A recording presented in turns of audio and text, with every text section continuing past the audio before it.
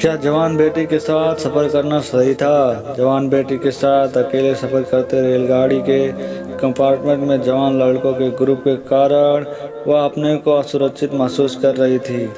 लगभग 3 वर्ष बाद मैं लखनऊ जा रही थी। लखनऊ मेरे लिए एक शहर ही नहीं, एक मंजिल है, क्योंकि वह मेरा मायका है। उस शहर में पाँव रखते ही जैसे मेरा बचपन लौट आता है। 10 दिनों बाद भैया की बड़ी बेटी सुरभा की शादी थी। मैं और मेघना दोपहर की गाड़ी से जा रही थी। मेरे पति राजीव बाद में पहुंचने वाले थे। कुछ तो इन्हें काम की अधिकता थी, दूसरे इनकी तो ससुराल है। ऐन वक्त पर पहुंचकर अपना भाव भी तो बढ़ाना था। मेरी बात और है, मैंने सोचा था कुछ दिन वहाँ चैन से रहूंगी, सबसे मिलूंगी, बचपन की यादें ताज़ा करूंगी और कुछ भैया भाभी के काम में भी हाथ बटाऊंगी। शादी वाले घर में 100 तरह के काम होते हैं।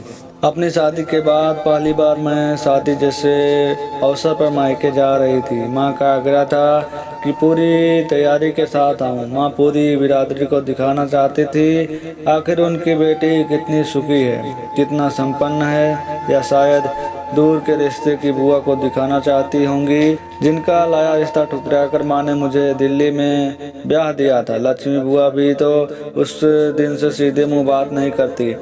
सुरभा के विवाह में जाने का मेरा भी कुछ चाव कम नहीं था। उस पर माँ का आग्रह, हम दोनों माँ बेटी पर बड़े ही मनोयोग से समारोह में शामिल होने की तैयारी की थी। हर मौके पर पहनने के लिए नई तथा आधुनिक पोशाक, उसमें मैचिंग चूड़ियाँ, गहने, सैंडल और न जाने क्या क्या जुटाया गया। पूरी उमंग और उत्साह के साथ हम स्टेशन पहुंचे। राजीव हमें विदा करने आए थे। हमारे सह यात्री कॉलेज के लड़के थे जो किसी कार्यशाला में भाग लेने जा रहे थे। हालांकि गाड़ी चलने से पहले वे सब अपने सामान के यहाँ वहाँ रख रखाव में ही लगे थे। फिर भी उन्हें देखकर मैं कुछ परेशान हो उठी। मेरी परेशानी शायद मेरे चेहरे से झलकने लगी थी, जिसे राजीव ने भांप लिया था। ऐसे में वे कुछ खुलकर तो कह न पाए, लेकिन मुझे होशियार रहने के लिए जरूर कह गए। यही कारण था कि चलते चलते उन्होंने उन लड़कों से भी कुछ इस तरह से बात की जिससे यात्रा के दौरान माहौल हल्का फुल्का बना रहे। गाड़ी ने रफ्तार पकड़ी। हम अपनी मंजिल की तरफ बढ़ने लगे। लड़कों में अपनी अपनी जगह तय करने के लिए छीना झपटी, जुहलबाजी शुरू हो गई। वैसे मुझे युवा पीढ़ी से कभी कोई शिकायत नहीं रही और ना ही है। मैंने कभी अपने और उनमें कोई दूरी महसूस की। मैं तो हमेशा घर परिवार के बच्चों और नौजवानों की मनपसंद आंटी रही हूँ। मेरा तो मानना है कि नौजवानों के बीच रहकर अपनी उम्र के बढ़ने का एहसास ही नहीं होता। लेकिन उस समय मैं लड़कों की शरारत और नोक-झोंक से कुछ परेशान हो उठी थी। ऐसा नहीं कि बच्चे कुछ गलत कर रहे थे, शायद मेरे साथ मेघना का होना मुझे उनके साथ जुड़ने नहीं दे रहा था। आजकल के हालात भी मुझे परेशान किए हुए थे। देखने में तो सब भले घरों के लग रहे थे, फिर भी एक साथ 6 लड़कों का ग्रुप, उस पर किसी बड़े का उनके साथ ना होना, उस पर उम्र का ऐसा मोड़ जो उन्हें शांत, सौम्य तथा गंभीर नहीं रहने दे रहा था। मैं भला परेशान कैसे न होती। मेरा ध्यान सुरभा की शादी, मायके जाने की खुशी और रास्ते के बाग बगीचों, खेत खलिहानों से हटकर बस उन लड़कों पर केंद्रित हो गया था। थोड़ी ही देर में हम उन लड़कों के नामों से ही नहीं, आदतों से भी परिचित हो गए। घुंघराले बालों वाला सांवला सा नटे कद का अंकित फिल्म का शौकीन था। उसके उठने बैठने में फिल्म अंदाज था तो बातचीत में फिल्मी डायलॉग और गानों का पुट था। एक लड़के को सब सेम कहकर बुला रहे थे। या तो उसके माता पिता का रखा नाम तो नहीं लगता था, शायद या दोस्तों द्वारा किया गया नामांकन था। चुस्त दुरुस्त सैम, चाल ढाल और पहनावे से खिलाड़ी लगता था।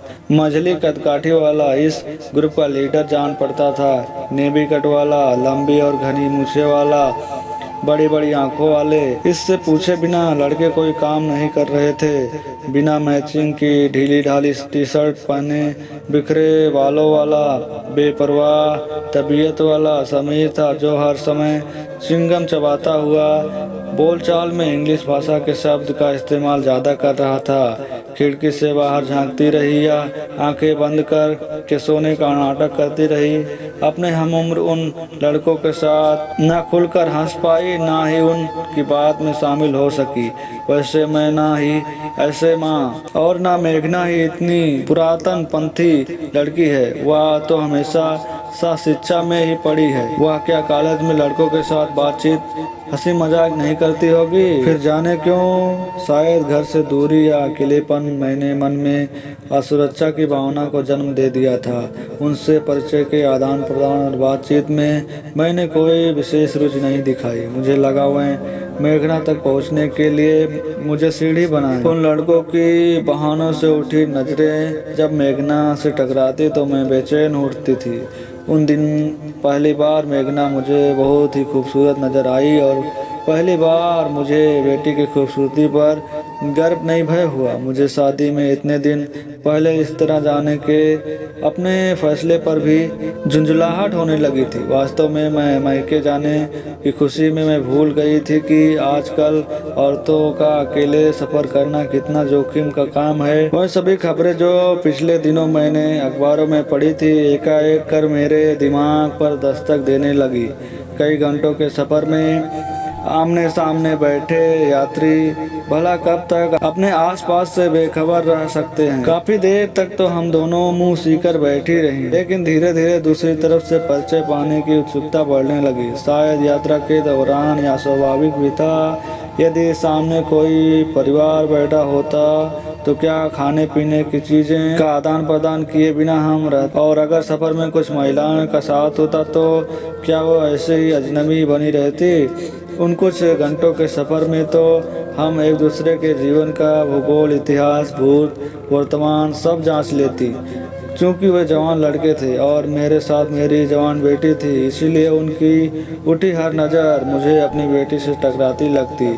उनकी कई हर बात उसी को ध्यान में रख कर कहीं हुई लगती। उनकी हंसी मजाक मुझे छीटा कसी और ओछापन नजर आ रही थी। कुछ घंटों का सफर जैसे सदियों में फैल गया था। दोपहर कब शाम में बदल गई और शाम कब रात में बदल गई मुझे खबर नहीं हुई, क्योंकि मेरे अंदर भय का अंधेरा बाहर के अंधेरे से ज्यादा घना था। हालांकि जब भी कोई स्टेशन आता लड़के हमसे पूछते कि हमें चाय पानी या किसी अन्य चीज की जरूरत तो नहीं। उन्होंने मेघना को गुमसुम बैठे बोर होते देखा तो अपनी पत्र पत्रिकाएं भी पेश कर दी और वह अपने अपने मोबाइल में व्यस्त हो गए। जब जब उन्होंने कुछ खाने के लिए पैकेट खोले तो बड़े आदर से पहले हमें ऑफर, हालांकि हम हमेशा मना ही करती रही। मैंने अपने आप को बहुत समझाया कि जब कोई आपत्ति करने लायक कोई बात नहीं तो मैं क्यों परेशान हो रही हूँ, मैं क्यों सहज नहीं हो जाती। लेकिन तभी मन के किसी कोने में बैठे भयफन फैला देता, कहीं मेरा जरा सी ढील बात को कोई इतनी दूर न ले जाए कि मैं उसे समेट ना सकूं। मैं पल पल यही मना रही थी कि यह सफ़र खत्म हो और मैं खुली हवा में सांस ले सकूं। वह स्टेशन नहीं मानो मनुष्य का समुद्र पर बांधा हुआ बांध था जो गाड़ी के आते ही टूट गया था। प्लेटफॉर्म पर सिर ही नजर आ रहे थे, तिल रखने को भी जगह नहीं था।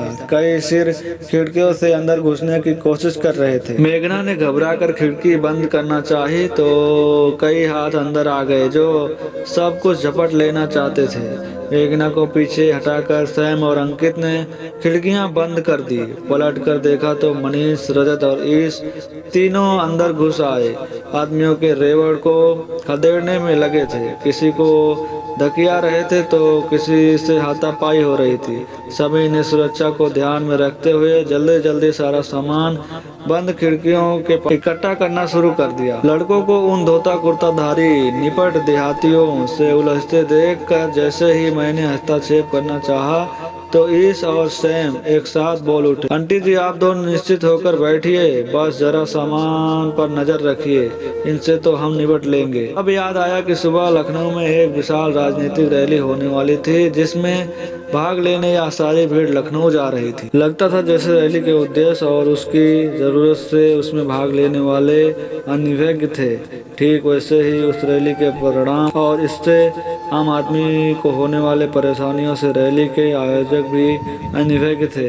पूरी गाड़ी में लूटपाट और जंग छिड़ी थी, जैसे वह गाड़ी न होकर शोर और दहशत का बवंडर था जो पटरियों पर दौड़ता चला जा रहा था। लड़कों का पूरा ग्रुप हम दोनों माँ बेटी की हिफाजत के लिए डट गया था। एक मजबूत दीवार खड़ी थी हमारे और अनचाही भीड़ के बीच। उन छावों की तत्परता, लगन और निष्ठा को देखकर मैं मन ही मन नतमस्तक थी। उस पल शायद मेरा अपना बेटा भी होता तो क्या इस तरह अपनी माँ और बहन की रक्षा कर पाता।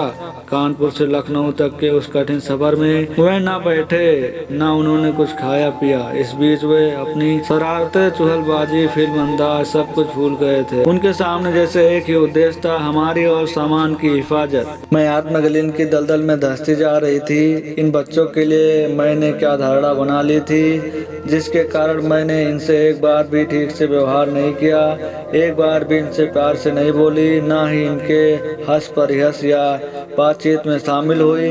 क्या परिचय दिया मैंने अपनी शिक्षा, अनुभव, सभ्यता तथा संस्कारों का, और बदले में इन्होंने इतना दिया, इतना शिष्टा, सम्मान तथा सुरक्षा। उस दिन पहली बार एहसास हुआ कि वास्तव में महिलाओं का अकेले यात्रा करना कितना असुरक्षित है। साथ ही एक सीख भी मिली कि कम से कम शादी ब्याह तय करते हुए यात्रा पर निकलने से पहले हमें शहर में होने वाली राजनीतिक रैलियों, जलसे, जुलूसों की जानकारी भी लेनी चाहिए। उन दिन महिलाओं के साथ घटित दुर्घटनाएं अखबारों के मुख्य पृष्ठ, टेलीविजन चैनलों की सुर्खियां बनकर रह गईं। कुछ घटनाओं को तो वहां भी जगह नहीं मिल पाई। लखनऊ स्टेशन का हाल तो उससे भी बुरा था। प्लेटफार्म तो जैसे कुरुक्षेत्र का मैदान बन गया था। सामान, बच्चे, महिलाओं को लेकर यात्री उस भीड़ से निपट रहे थे। चीख पुकार मची थी।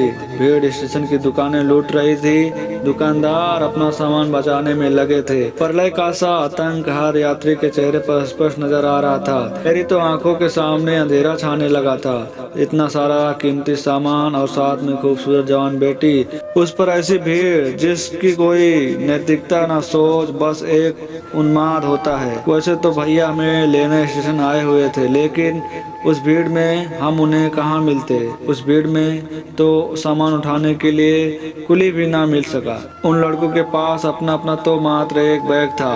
अपने बैग के साथ में सैम हमारी बड़ी अटैची ले ली। छोटी अटैची मेरे मना करने पर भी मनीष ने ले ली। हालांकि उसमें पहिए लगे हुए थे तो परेशानी की कोई बात नहीं थी। मेघना के पास बोतल तो था, मेरे पास मात्र मेरा पर्स रह गया। हमारे दोनों बैग भी ईश और अंकित के कंधों पर लटक रही थे। उन सब ने भीड़ में एक दूसरे के हाथ पकड़कर एक घेरा सा बना लिया, जिसके बीच हम दोनों चल रहे थे। उन्होंने हमें स्टेशन से बाहर ऐसे सुरक्षित निकाल लिया जैसे आग से बचाकर निकाल के लाई हूँ। मेरे पास उनकी शुक्रिया अदा करने के लिए शब्द नहीं थे।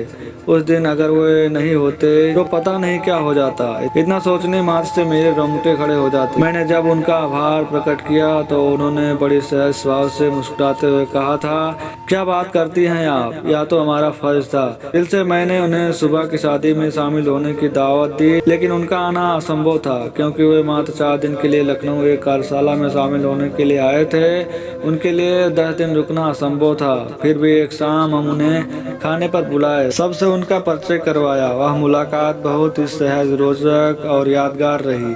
सभी लड़के सुसज्जित, सभ्य तथा मिलनसार थे। हम लोग अक्सर युवा पीढ़ी को गैर जिम्मेदार, संस्कार विहीन तथा दिशा विहीन कहते हैं, लेकिन हमारा ही अंश और हमारे ही दिए गए संस्कारों को लेकर बड़ी हुई यह युवा पीढ़ी भला हमसे अलग सोच वाली कैसे हो सकती है। जरूर हमें समझने में कहीं ना कहीं हमसे ही चूक हो जाती है। तो दोस्तों, बस इतनी सी थी ये कहानी। अगर हमारी कहानी आप लोग को पसंद आ रही है तो आप लोग जो है चैनल को सब्सक्राइब करें, बेल आइकन दबाएं, जिससे हम लोग नेक्स्ट कहानी का वीडियो अपलोड करें आप लोग को नोटिफिकेशन सबसे पहले मिले। मिलते हैं नेक्स्ट कहानी के वीडियो में। तब तक के लिए आप लोग जहाँ पर रहिए, स्वस्थ रहिए, मस्त रहिए।